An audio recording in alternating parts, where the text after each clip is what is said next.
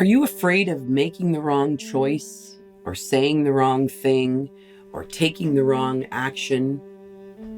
Today I wanted to read a poem to you called Fire by Judy Brown. What makes a fire burn is space between the logs, a breathing space. Too much of a good thing, too many logs packed in too tight can douse the flames, almost as surely as a pail of water would. So building fires requires attention to the spaces in between, as much as to the wood. When we are able to build open spaces in the same way we have learned to pile on the logs, then we can come to see how it is fuel and absence of the fuel together that make fire possible. We only need to lay a log lightly from time to time.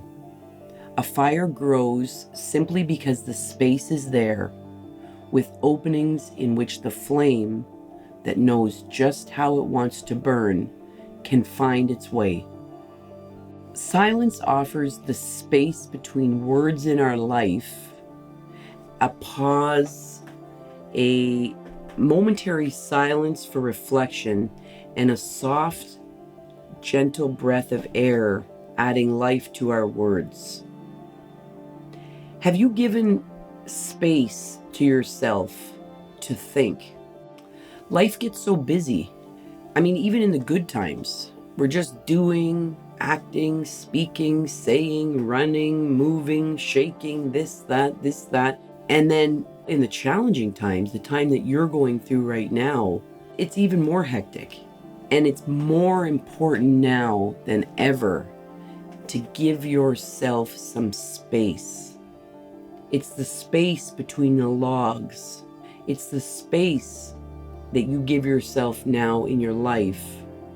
The time to reflect, the time to think, the time to slow down so that you can show up and you can be the person that you know you should be right now.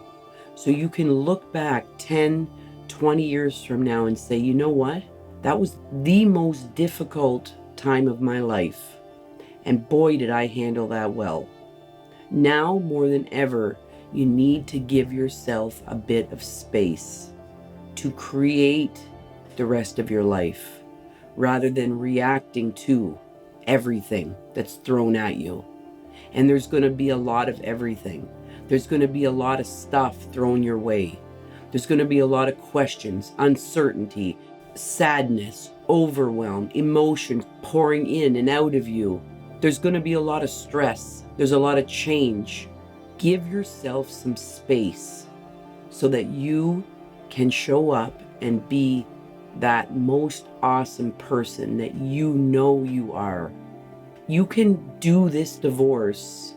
You can move through this transition with grace, with love, with clarity, and you can look back and feel so proud about who you were during this time.